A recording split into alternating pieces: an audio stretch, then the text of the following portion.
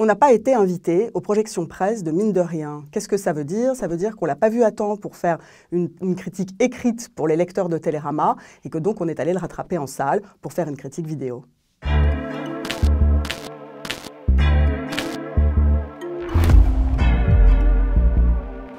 Bonjour, 100 €, s'il vous plaît. Désolée, c'est pas possible. Il vous reste 80 centimes.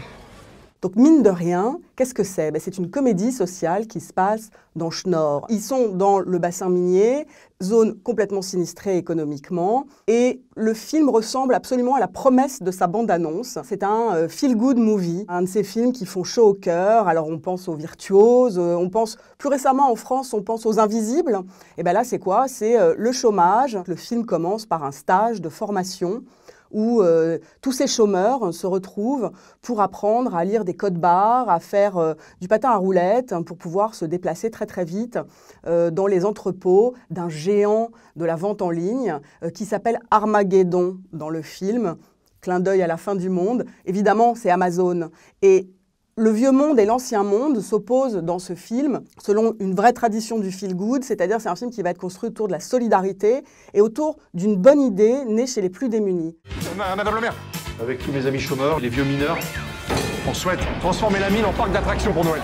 Et où votre manège là? Vous êtes dessus? Ah papa, c'était génial!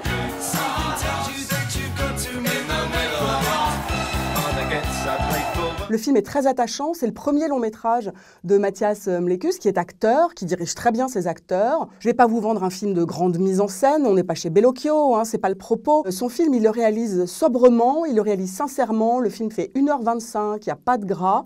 Il a quand même quelques armes de destruction massive, c'est-à-dire il y a des moyens pas très loyaux d'aller titiller le cœur, voire les larmes du spectateur. On oscille entre des moments franchement marrants parce que ça vanne, parce qu'ils savent écrire des dialogues, et puis des moments voilà, qui serrent un peu le cœur. Mais c'est pas cucul-la-praline, c'est pas gnangnan, c'est pas niais.